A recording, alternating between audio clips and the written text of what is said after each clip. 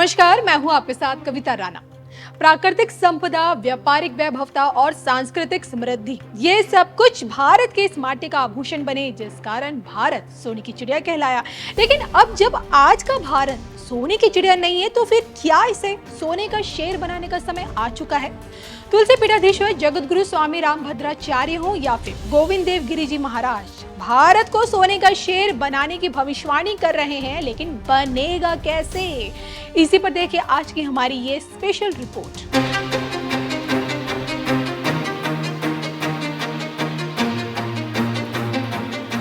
अब चिड़िया नहीं बल्कि शेर आएगा।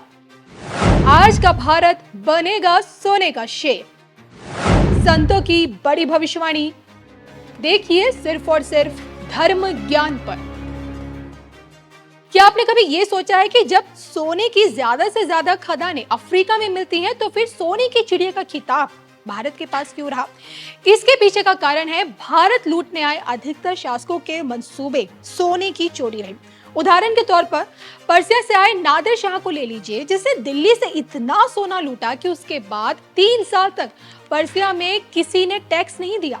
मुगल शासकों ने देखे यहाँ आकर खुद के लिए सोने के तख्त बनवाए। सोने की चाह में गुजरात के सोमनाथ मंदिर को तो पता नहीं अनगिनत बार लूटा गया, और जिस किसी ने भारत की तरफ रुख किया ना, उसकी नापाक नजरें भारत के सोने पर ही पड़ी, और जिस कारण भारत को सोने की चिड़िया कहा जाने लगा।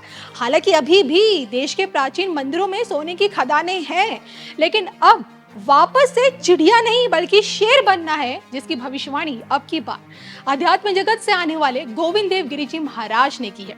राम मंदिर ट्रस्ट के कोषाध्यक्ष की सांकेतिक भविष्यवाणी ये कहती है, ये संपन्न भूमि थी और इसलिए तो इसे सोने की चिड़िया कहा गया था। इसलिए लुटेरों ने 1000 वर्षों में इसको लूटने का प्रयास किया, लूटा भी, और हजारों वर्षों में विदेशियों ने जितना नहीं लूटा, उतना 70 वर्षों में स्वदेशी लोगों ने लूट लिया। फिर भी मेरा देश सबसे संपन्न है, इस बात का विश्वास रखिएगा। सारे संसार में यही देश है जो सबसे ज्यादा संपन्न है। इस देश ने एक गलती कर दी, सोने की चिड़िया बनकर रह गया। सोने की चिड़िया था और इसलिए लोगों ने लूटने का विचार किया, और अब एक नया अध्याय आरंभ करना है। भारत को सोने का शेर बनाना है ताकि कोई लूटने के लिए आगे ना आ पाए। अब जब देखिए आज का भारत पहले जैसा नहीं रहा, दुश्मनों के घर में घुसकर मौत के घाट उन्हें उतारता है, विश्व पटल पर विश्व शक्तियों के आगे आंखों में आंखें डालकर बात करता है, तो ऐसे में क्या आज के भारत को सोने का शेर बनाया जा सकता है? इसका खुलासा भी तुलसी पीठाधीश्वर जगत गुरु स्वामी रामभद्राचार्य कर रहे हैं। मन के चक्षु से रोजाना रामलला के दर्शन करने वाले स्वामी रामभद्राचार्य जी ने अब की बार साफ शब्दों में भारत को सोने का शेर बनाने की विधि बता दी है। दरअसल यूनिवर्सिटी के दीक्षांत समारोह में आकर जगत गुरु स्वामी रामभद्राचार्य ने विद्यार्थियों को नैतिकता का पाठ पढ़ाते हुए ये बात कही, देश का आधा पैसा भ्रष्टाचार में चला जाता है। पहले के लोगों ने जो किया, अब तुम सब छात्र छात्राएं जहाँ रहो, ये निश्चित कर लो कि एक भी पैसे की बेईमानी नहीं करोगे। संकल्प लो कि भ्रष्टाचार नहीं करोगे, एक भी पैसे की घूस नहीं लेंगे। भारत में यदि ऐसा हो, हमारा भारत सोने की चिड़िया नहीं, सोने का सिंह बन सकता है। मतलब बिल्कुल साफ है कि आज के भारत को देखकर संत समाज सोने का शेर बनाने की भविष्यवाणी तो करता है, लेकिन ये तभी मुमकिन हो सकता है जब भारत भ्रष्टाचार मुक्त हो सके। देश की गद्दी संभालने से पहले आपको याद होगा कि पीएम मोदी ने भारत को कांग्रेस मुक्त बनाने का संकल्प लिया था। नतीजे आपके सामने हैं, और ऐसे में भारत को भ्रष्टाचार मुक्त बनाने की प्रतिज्ञा आखिर कौन ले सकता है? कमेंट करके बताइएगा जरूर।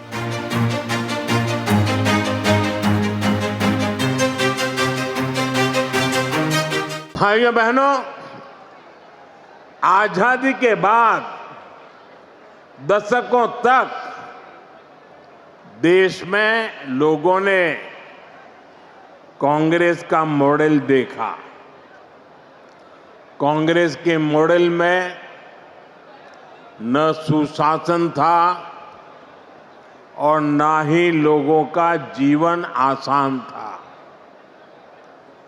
विकास परियोजनाओं को अटकाना, लटकाना, भटकाना, घनघोर करप्शन, यही कांग्रेस के विकास मॉडल की पहचान थी।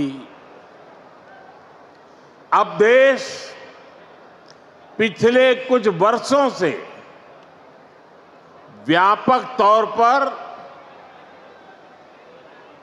बीजेपी का विकास का मॉडल देख रहा है। बीते दशक में देश के कई राज्य ऐसे हैं जहां पहली बार भाजपा की सरकारें बनी है। इन राज्यों में सिर्फ सरकार नहीं बदली, बल्कि सामाजिक और आर्थिक परिवर्तन का भी नया दौर शुरू हुआ है।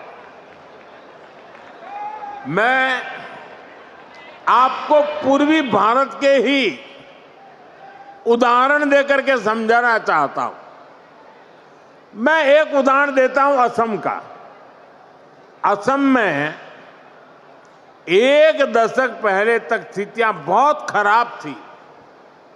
अस्थिरता, अलगाव, हिंसा, यही सब कुछ असम में नजर आता था। लेकिन आज असम विकास के नए रास्ते पर दौड़ रहा है। कई दशकों से जो उग्रवादी गतिविधियां चल रही थी, वो बंद हुई है। आज असम कई पैमानों में देश के दूसरे राज्यों से आगे निकल रहा है। इसी तरह दूसरा एक राज्य का मैं उल्लेख करूंगा, त्रिपुरा। त्रिपुरा में भी कई दशकों से वामपंथी शासन के बाद लोगों ने भाजपा को पहली बार अवसर दिया। त्रिपुरा भी विकास के हर पैमाने पर काफी पीछे चल रहा था। इंफ्रास्ट्रक्चर बेहाल था, सरकारी सिस्टम में लोगों की सुनवाई नहीं होती थी, हिंसा और भ्रष्टाचार से हर कोई परेशान था। और जब से भाजपा को सेवा करने का अवसर मिला, आज त्रिपुरा शांति और प्रगति की मिसाल बन रहा है। साथियों, हमारा ओडिशा भी दशकों से अनेक समस्याओं से जूझ रहा था। गरीब तक, किसान तक उनका पूरा हक नहीं पहुंच पाता था। भ्रष्टाचार और लाल फीताशाही हावी थी। ओडिशा का इंफ्रास्ट्रक्चर बेहाल था। ओडिशा के अनेक क्षेत्र विकास में और पीछे छूटते जा रहे थे। ऐसी अनेक चुनौतियां ओडिशा का दुर्भाग्य बन गई थी। इन चुनौतियों के समाधान के लिए बीते एक साल में भाजपा सरकार ने पूरी मजबूती के साथ काम किया है। साथियों, विकास का जो डबल इंजन यहां चला है, उसका फायदा भी दिख रहा है। आज भी यहां जो हजारों करोड़ रुपए के प्रोजेक्ट का शिलान्यास और लोकार्पण हुआ है, उसमें डबल इंजन की छाप है।